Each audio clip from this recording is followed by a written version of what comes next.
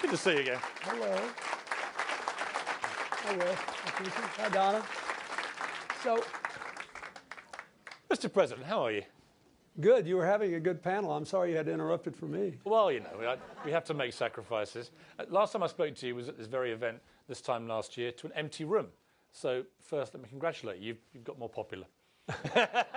No, I think you fill the room, but it's good. A lot of talk, obviously, this week. UN General Assembly and the CGI, all the world leaders here, every opinion maker and so on. It's been pretty clear to me this morning there is only one real talking point that has been gripping everybody. I'd like to play you a clip of what they're all talking about, Mr. President. He walked into the Oval Office, and I thought it was a member of his own road crew. He wasn't really dressed right. Actually, I felt like the rock star on that occasion. But together, you know, we did this drop the debt thing, and my God, there's 51 million children going to school in Africa because of the drop the debt thing. That's pretty good, isn't that right? It's pretty good, isn't it?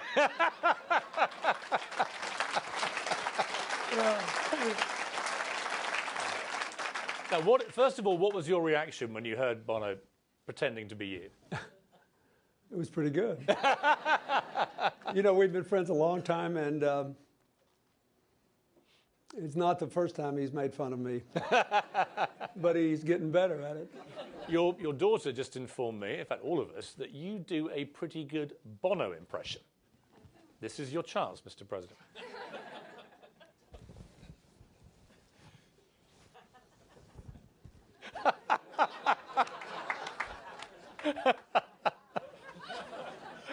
Well, I'm Irish, you know. And we Irish, we can imitate anybody. But alas, I've been singing so long and screaming loud at these concerts that I'm hoarse. So I got to be careful with my voice. That's why all my charities only have 3-letter names. Like Red 1. And even that's more effort than you, too.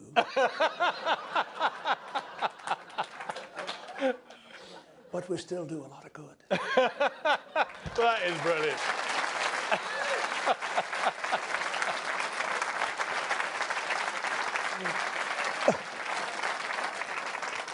Would it be pushing it to expect a quick rendition of Beautiful Day or something? I mean, where are you going with this? Sunday, Bloody Sunday. Let's turn to why we're really here. The CGI, obviously, this huge event now, incredibly influential around the world. And it puts you in a great position as somebody who had 2 terms as president and now one of the great statesmen of the world, to make a real assessment of where the world is right now. A lot of turmoil, a lot of conflict. What is your take on where we are?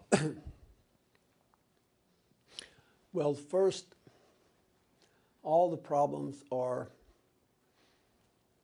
probably being intensified by the economic challenges we face, quite apart from the agonizingly slow recovery from the financial collapse. There's a global job shortage. You mentioned it. I mean, it's all these young people. When the Arab Spring began in Tahrir Square, and you were there, you're seeing it there. I don't believe I've ever seen a group of young people who were more impressive. You know, the way they spoke, their grasp of things, they had used the social media to pull each other out, all that stuff. A lot of them didn't have jobs. The Egyptian higher education system produces 400,000 graduates a year, nowhere near 400,000 jobs for university graduates is produced by the Egyptian economy. Unemployment among young people in Greece is over 50%. It's almost 50% in Spain. In the United States, our unemployment rate is about 7.3%, but our workforce participation rate is the lowest it's been in decades. And a disproportionate number of the jobs are at the lower income scale, which is why there's been such a big increase in food assistance. Working people and working families and their children are qualifying for this now. So I think that aggravates all the political problems. Let's start with that. Secondly, I think power is becoming more diffuse. Good news is it's harder to have a tone-deaf, staid, unresponsive government survive in the age of social media and the ability of people to go into the streets. And it's very difficult to repress. If you look at Brazil, where one of only 2 rising economies where inequality decreased in the last decade, they still had all these demonstrations in the street. The president did a heck of a good job. She didn't beat anybody up. She said, you know, if you got democracy, you want more of it. You get a little prosperity, you want more of it. We do have continuing problems. Let's be honest about it. Now, what do you want to do? In other words, she tried to bring people into a decision-making process. When people started demonstrating against Mr. Assad, he started killing them. And you got the mess we've gotten now. So I think that economic crisis sets a stage for discontent. The dispersion of power presents new challenges to people. And we're going to have another 25 years or so of the struggle that I talked about often when I was president between the forces of people trying to put things together and the forces of people trying to take things apart. And it's now occurring at a more granular level all across the world. So it's frustrating to people who think, oh, there ought to be some magical answer to all this. And you just have to do the best you can and realize we're in the process of creating a world that is different and potentially dramatically better than anyone we've ever known before. But there are severe challenges, and the tools at hand for people that we put in positions of leadership are not quite as effective as they used to be. President Obama has to, at the moment, trust 3 people who, as they would say in Downton Abbey, you wouldn't necessarily trust with the family silver. President Assad, Vladimir Putin, and President Rouhani. Let's start with Iran, because that's always a big talking point at the CGI. Christian Amanpour for CNN yesterday interviewed President Rouhani, and he, compared to the interview that I did with Mohammed Ahmadinejad last year, struck a much more conciliatory tone, particularly in the fact that he basically admitted there had been a Holocaust, which was certainly nothing that Ahmadinejad would ever admit to. What did you make of that? How important is that kind of concession? And do you see a real shift there in the relationship with America? How much do you trust him? Well, first of all, I think it's an interesting commentary on the world in which we're living that admitting that the Holocaust occurred qualifies as being a moderate. Right.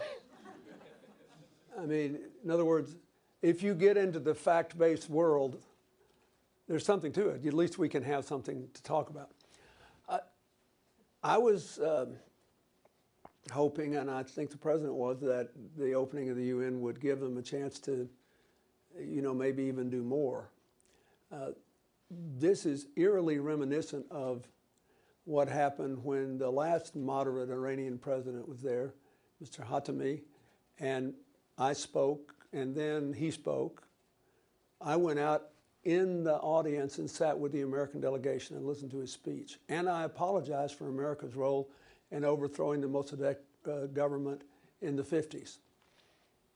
But he still didn't feel like we could meet or really do anything. So I think we just have to keep working at it.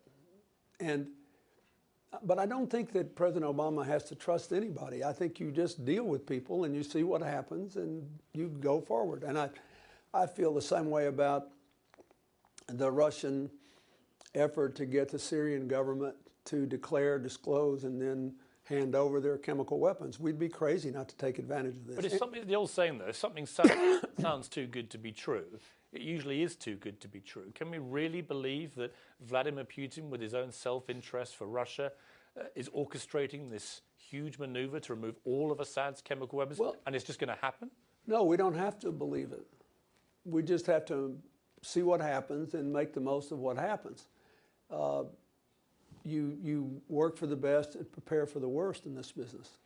But I think it would be a terrible mistake not to take advantage of the opportunity. And, you know, look, Mr. Putin he's very smart. Well, you know him better than most people. Yeah, I do. What was he like behind closed doors, away from, the sort of the public utterances? Smart and remarkably, we had a really good, blunt relationship. How blunt? Brutally blunt. Ever fisticuffs? No, but I think the right strategy most of the time but it's frustrating to people in your line of work. You should be brutally honest with people in private. And then if you want them to help you, try to avoid embarrassing them in public. Right. Now, sometimes they do things which make it impossible for you to keep quiet. But by and large, I found all the people I dealt with appreciated it if I told them the truth. How I honestly felt and what our interests were and what our objectives were. And they also appreciated it when I didn't kick them around in public for as long as I couldn't kick them around. So, that's my experience. And did Putin ever renege on a personal agreement he made to you? He did not. So behind closed doors, he could be trusted? He kept his word in all the deals we made. But here's what I wanted to say about that. I think there are two things going on here. First of all, it's clear that the president's threat of force to enter into here prompted him to take, there was some sort of conversation between Mr. Lavrov and Secretary Kerry, and he said, is there anything we can do to make this go away? And apparently Secretary Kerry said, yeah, make the chemical weapons go away, thinking that was the last thing on their mind, probably. And they said, well, let me see about that. What does that tell you? A, they didn't want America to weigh in. They've been shipping arms to the Syrian government. They got the Iranian military in there. They've got the Lebanese Hezbollah in there. They did not want this. They thought they had tipped the scales in favor of the government against the rebel groups. Secondly, they have restive Muslim populations in their southern underbelly in Russia. They have to be apprehensive about all these al-Qaeda affiliated groups getting into the mix now in Syria. They have to be concerned about the prospect. Look, chemical weapons are not like other weapons. That is, you keep the chemicals over here. And then if you've got a sophisticated military, you put them in a warhead and you launch them somewhere. But you can use those chemicals in a lot of ways. They cannot possibly want these huge stores of chemicals being in Syria, not knowing what's going to happen 5 years, 10 years from now. He may have honestly reached a decision that it is not in Russia's interest. Secondly, he may have concluded, I think rightly, that he could ride this anti-American horse only so far. And in the end, it won't put a single Russian to work. It won't increase the life expectancy of Russian males, which has now dropped to 59 or lower. It will not restore the vitality of the Russian healthcare system or economy. And, Russia still got the same decision they had to make after the end of the Cold War. As long as they got plenty of oil and gas and they can sell it at a high price and muscle their neighbors, they can pretend that a 19th century czarist empire worldview is the best strategy for Russia going forward. You haven't talked to people. But it's a dead bang loser. I mean, the Russians are really smart, creative people. Did you talk to him on the phone? No. But not unless I have an issue. We did with the Norwegian government an AIDS plan for St. Petersburg, and I talked to him and we presented it to him, left it with them, and they, I think, implemented it. But when I see him or when Hillary was Secretary of State, I sometimes had indirect contact with him. I had a good relationship with him, but they should be building a 21st century economy built on the incredible brain power of their people and their facility in all these information technology areas. Every year there's a consortium of global universities that have a contest in solving computer problems. And I don't check on the results every year, but every year I've checked over the last 10 years, there have always been at least 2 Russian universities in the top 5. They're good at this. Why would you build a future based on wasting natural resources and pushing your neighbors around and trying to make sure America's miserable in the Middle East when you could rebuild a future that would allow Russia's population to expand instead of shrink, and allow their influence to be global because it's based on things that are real and tangible and help people. So I think, this may be the beginning of a different strategy for them. Do I know that? Of course not. But worth trying. Yeah, you should try everything. You should always work for the best. Never shut anything off. It is not necessary to trust somebody to take them up on a good offer. Just pay attention to what's going on. Well, I'm now going to put my trust into a member of the audience who has a question for you. It's someone very special, actually. It's Gina Davis, who played the Commander-in-Chief, the first lady president of the United States. Yeah, she's my president. I always tell her that. So I think she has a very pertinent question for you, Mr. President. Well, you do. The high point of my life was after the show when I saw you and you said, "My president." I said, "Oh, well, now, I can die happy." That's the best thing. So we have that in common. My administration was much shorter than yours. Cruelly cut off for fans of the show, I have to Really say. the only difference. But I hope people understand the scale of CGI and the extraordinary things that you're accomplishing. And there's an increasing focus, a very powerful focus on women's empowerment, women's economic empowerment, and not only in separate discussions about that, but including women in every topic that's discussed. Can you just share with us a little bit about why you think that's so important? Sure.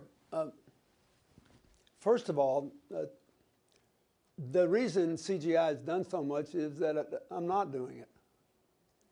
And even our foundation's not doing it. When we showed the film yesterday on our foundation and how we tried to define what we were about, I said I had gone out of my way never to actually get any kind of help for what we do out of CGI. Our foundation helps if we're asked, like the Haiti Working Groups meeting now. We do a lot of work there, so I'm very active there. But this is a metaphor for the way I hope the 21st century world will work. That is, this is an incredible network that's constantly shifting, constantly growing, constantly learning. And the most important thing I think CGI is doing now, besides holding the meeting and getting the right people here, is helping people to develop commitments with a better chance of success and then helping them to keep those commitments. So now you've got all these people getting together and working together who would otherwise never have done so before. I think that's important. Why do we decide to include girls and women in all this? Because, first of all, it's morally the right thing to do. Secondly, the world has 7 billion people. We're going to 9 billion. And the countries that are growing most rapidly are ones least able to handle the growth. And all over the world, the only strategy that works to build a sustainable population, culturally and religiously in every region, is to put all the girls in school and give all the women access to the labor market. For example, as the princess notes, Saudi Arabia has done a brilliant job of getting young women in institutions of higher education. For several years now, there have been more women than men in college, but they're still underrepresented in the labor force. Japan is caught in a demographic trap aggravated by the fact that they don't take immigrants. But they could buy themselves 20 years to work this out if they could just get even participation of women and men in the workforce. And they could come roaring back. So there's one of the wealthiest countries in the world. Then if you go to where we do all this work in Africa or Southeast Asia or Latin America, it's obviously going to be very important. And our family is real interested in Myanmar. Well, I'm coming to your family, actually, because talking of women in the workforce, who do you think might make the better president, your wife or your daughter? Day after tomorrow, my wife, because she's had more experience. Over the long run, Chelsea, she knows more than we do about everything. And there was a time in her childhood when I thought maybe she thought she did when she didn't. Now it's highly embarrassing because she in fact does. So I feel like I'm going to school every day when we have conversations. I met your wife for the first time, and your daughter today, actually, She looks fantastic. She looks completely reinvigorated. She seemed absolutely on fire with ideas and dynamism and so on. And it just screamed to me one thing: I'm running. Can you put us all out of our misery? No. But it should have screamed to you something else. Real life is a healthier existence than politics. Right. Look at Wes Clark. He looks like he could still swim for West Point. But There's something to be said for there's a real serious life. point to what you just said. I mean, would you want your wife to go through the rigors of the presidency, knowing what it's like these days, the brutal toll it takes on you, given how well you both are? She said only this week, she was quoted as saying that you and she get to be at home together a lot more than we used to. We have a great time. We laugh at our dogs. We watch stupid movies. We take long walks. We go for a swim. Normal, everyday pleasures. Yeah. Now, that all goes out the window if you go back to the White House. Well, the answer to that question is I want her to do what she wants to do. And I think it's too soon for her to decide. Both because she's just getting used to being a private citizen again. She has a book to finish. She got all this stuff. And because we don't know what kind of shape the country and the world is going to be in. I think it's quite unhealthy for our democracy and for our decision-making process that we all insist on now running permanent presidential campaigns. I mean, Barack Obama had not taken his hand off the Bible, taken the oath of office before all this stuff was launched. Now, the Republicans have been out for 8 years, and so I get that. There's 12, 15 people that want to be the nominee, so I understand that there's going to be stories about this. But to turn this into a permanent thing is a bad deal because America needs to be concentrated on things like how are we going to implement this health care reform law? If we implement the health care reform law and it works and we spend relatively less than we were spending on health care, that is, if we can continue the low inflation rate, how will we see that some of that money that's freed up will be reinvested in the American economy to create more and different jobs? The reason incomes are stagnant in America today is, A, there aren't enough jobs, and B, we're not changing the job mix. The only way to raise the median income, that is, I supported, as you know, the repeal of the tax cuts for high-income people. I don't mind paying more. I think those of us who have gotten the lion's share of the gains should pay more. But look what's happening. We're returning to the distribution of the first decade of this new century, where 90% of the gains go to 10% of the people and half the gains go to 1% of the people. The only way you can change that is if you have what happened in my second term, which is the only time since the late 70s when every quintile went up and median income, the one in the middle, went up. You got to have more jobs and change the job mix. Don't you also have to have, Mr. President, a functional Washington? There is a sense that it's never been more dysfunctional, more divisive, more personally abusive. Ted Cruz, for all I know, is still banging on now, trying to get Obamacare defunded and so on, even when most of his party think he's crackers. What is the way you and Newt Gingrich eventually... Once in a while, I'm extremely grateful for your British roots. I couldn't have said that with a straight face and pulled it off. That was great. I'm happy to help, Mr. President.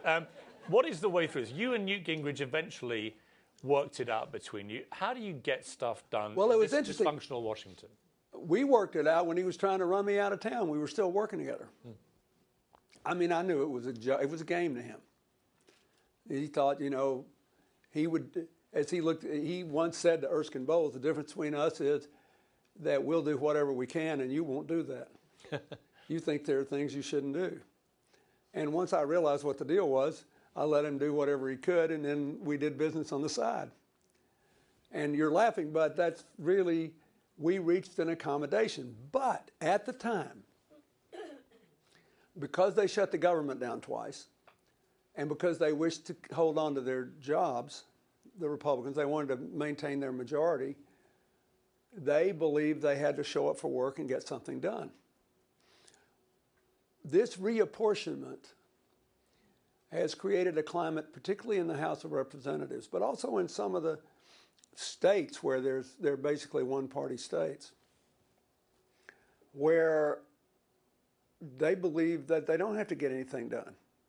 They just believe that they have to demonize the opposition and say whatever they're going to say. Let me just give you an example. In 2012, we had a close presidential election. The aggregate vote for the United States Senate gave 57% to the Democrats. But we won the big states. So you expect that. But the aggregate vote for the House of Representatives continued the Republicans in their majority. It was 52 to 48 for the Democrats. In North Carolina, where there are 9 Republicans and 4 Democrats in the Congress, the Democrats won the House vote 51 to 49. So we have to realize that we are creating a system here in which we favor division over cooperation. Everybody likes being at CGI because we forget what our political parties and affiliations are. We just sort of show up for work, trying to do something that works. And I worry about that. And I worry that I used to worry that CNN was going to lose too many viewers because... I have no fear of that, Mr. President. We no, are no, let me storming ahead. I'll be serious. No, yeah, you're doing better, but you're more entertaining now, which is good. But you became more entertaining without becoming more extreme, which is important. I mean, because people are wired when they see all this conflict to get into the fray, so that and you know what it takes. You got to have 800,000 viewers in a cable show to break even, and if you get more than that, your profits go up. So the good news about the media today is that we have more sources of information than ever before. The bad news is we are, all of us, prone only to go to the places we agree with. So MSNBC has grown because they have We don't mention that in this I know we room. don't. Sorry, it's And Fox News had this big base, and they know it's very carefully done psychologically and substantively, and everything is serving to polarize the country. The problem is, if you look all around the world, the places where people work together, they're doing well. The places where people fight all the time, they're not doing very well. It's not rocket science. So why would you keep doing something that doesn't work? Because even in a democracy, people constantly vote for that which they claim to hate. So here's one new test, the next test, which would have a big impact on changing America.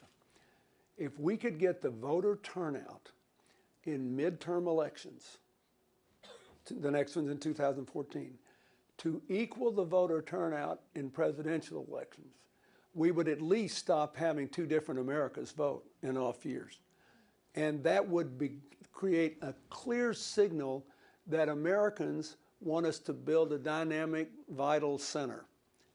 And they don't get that signal now. You can't just cuss the politicians if they think they're voting in a way that will be rewarded. The public has to send a different set of signals, and I believe we can do that. We've run out of time. Very sad. I could talk to you, obviously, all day. It would be remiss of me not to end just quickly by asking you, what will it take to change Americans' culture of gun violence, given that we've seen some of the worst outrages in American history in the last year, and they couldn't even pass background checks in Congress? That's because I'll tell you exactly what it is. And I'm the only president in modern times to ever consistently take on the NRA and survive, right? But I lost 12 or 15 House members for banning assault weapons and passing the Brady Bill. Wes Clark and I grew up in Arkansas in the 50s and 60s. Here's what I know about it.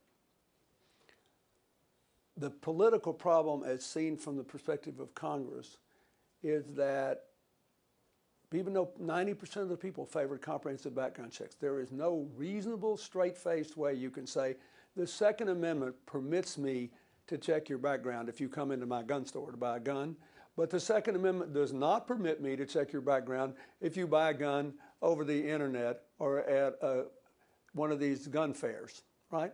It's crazy. So everybody favors that. And we couldn't break the filibuster. And it was not supported by President Obama. I mean, primarily it was led by Joe Manchin, a conservative Democrat from West Virginia, and Pat Toomey, a conservative Republican from Pennsylvania, who felt the same way. Why did they do that? Because consistently, with the single exception of my getting reelected in 1996, the people who agree with us on the gun issue have not been able to protect the people they elect. Why is that? How could you have Colorado voting 70-30 to close the gun show loophole in 2000 and have these people beat?